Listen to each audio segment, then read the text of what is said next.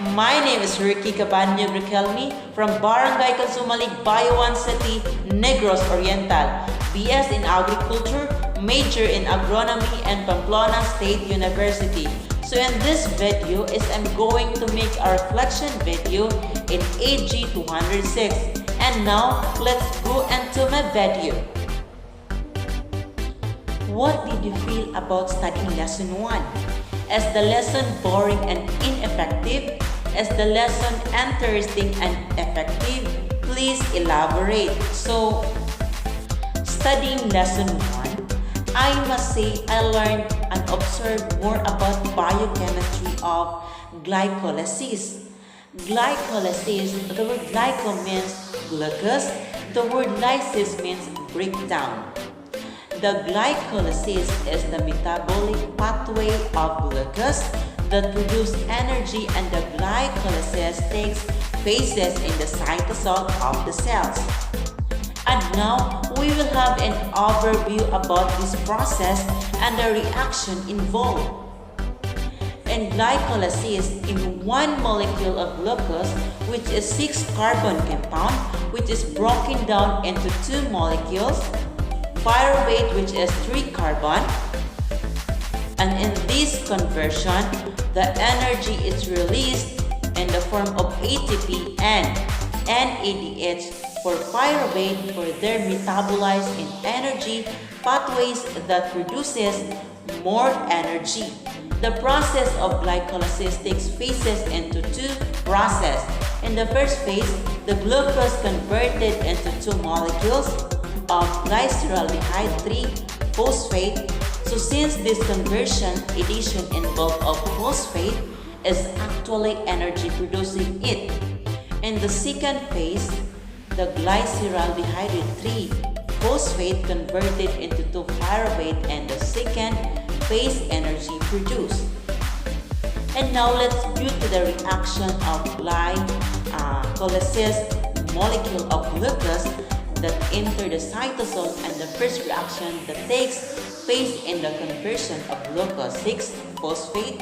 So the enzyme that catalyzes in this reaction is called hexokinase. The word hexo means 6-carbon compound, glucose, and kinesis out of enzyme phosphorylation action. An enzyme hexokinase transferred to a molecule of phosphate from ATP to glucose, and glucose convert to glucose 6-phosphate.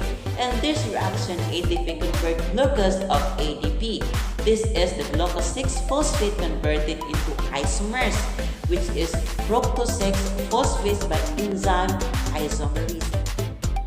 What are the topics encountered in lesson 1 that you find difficult to understand?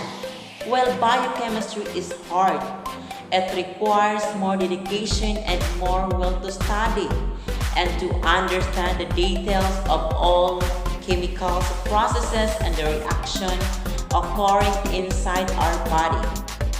The subject is very vast, and it requires excess effort than other subjects to get a grip on it. What are the topics encountered in lesson 1 that you find easy to understand? So for me, carbohydrates are biomolecules that compose of carbon, hydrogen, and oxygen atom, and the ratio of 1:2:1. We can represent the proportion of these elements within carbohydrates molecules that formulate CH2NO, whose carbohydrates are characterized either monosaccharides, disaccharides, polysaccharides. The term saccharides is just another word of sugar. The prefixes mono, di, poly talk about the number of sugar and the molecules. Mono means 1 monosaccharides are units of sugar. The prefix di is 2 disaccharides of sugar and carbohydrates. Sugar is polysaccharides is or many 6 carbon of sugar. The chemical formula says 6HOO6. These saccharides or monosaccharides are joined together through dehydration. reaction forming glycosidic linkages. Common disaccharide is called maltose, which is made up of two glucose molecules.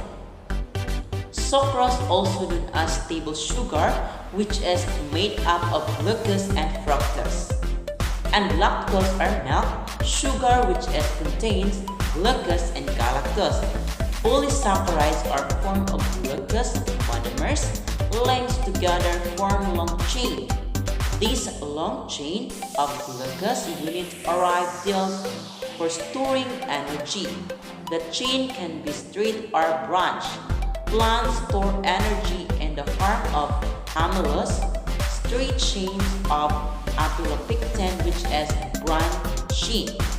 Animals different from plants in a case store energy in the form of glycogen, which is highly branched polysaccharides that can be broken down quickly. These supply energy to tissue. Why do I need to learn about left and right-handed chirality molecules?